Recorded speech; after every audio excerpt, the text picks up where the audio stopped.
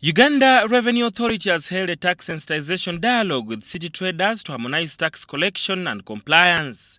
Uganda Revenue Authority introduced a new electronic fiscal receipting invoice system to help monitor tax collection and compliance, which has been a big challenge to traders. And that's what I was discussing. So we are appealing to businessmen, kindly embrace IFRIS because it monitors VAT. VAT is not your tax to pay, it is a consumer tax. You just collect it on behalf of government.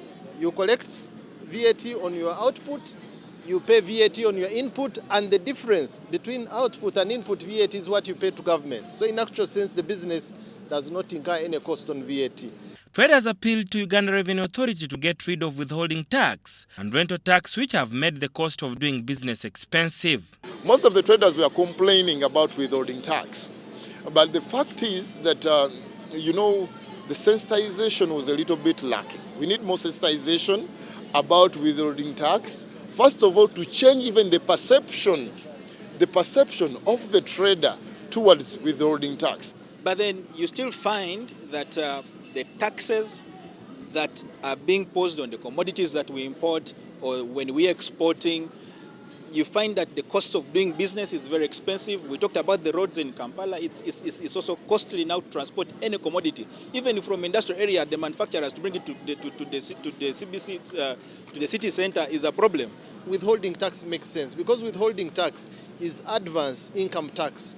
We withhold 6% of the value in this particular contract, and then at the end of the year, it is your income tax credit. So you are going to calculate your income tax and you'll show your withholding tax receipts and you say, out of the 100 million I should be paying at the end of the year, I have already paid 90 million in form of withholding tax, and you show us your receipts. In his response, the Uganda Revenue Authority Commissioner General John Musinguzi promised to work on some of the challenges raised, including withholding tax, but encouraged traders to embrace the new electronic receipting system. However, the example given by someone from Chikubo was talking about a situation of retail and wholesale trade where you buy this item and where you're buying they are withholding 6% and then you have to sell. So that I think needs a revisiting. We shall review it. We will have another engagement to study this and then we'll make the recommendations to the policymakers on how to apply withholding tax. But I think it had a bit of point and that's why we promised to study it further.